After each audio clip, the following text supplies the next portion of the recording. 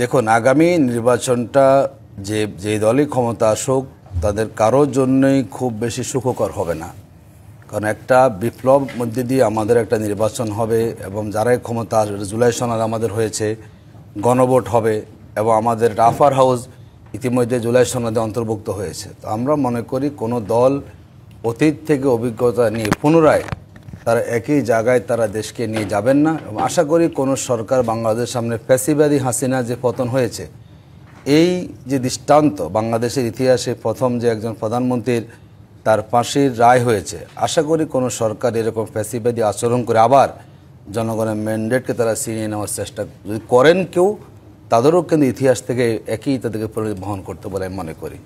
আমরা মনে করি যারাই ক্ষমতা আসবেন আগামী দিনে জনগণের ভোটাধিকার যে দিকটা আছে, এত ত্যাগ, এত স্যাক্রিফাইস আমাদের, এত আন্দোলন। দেখুন, বিএনপি কিন্তু লম্বা সময় আন্দোলন করেছে কেয়ারটেকার সরকার, আমরা রাজপথে সেখানে ছিলাম।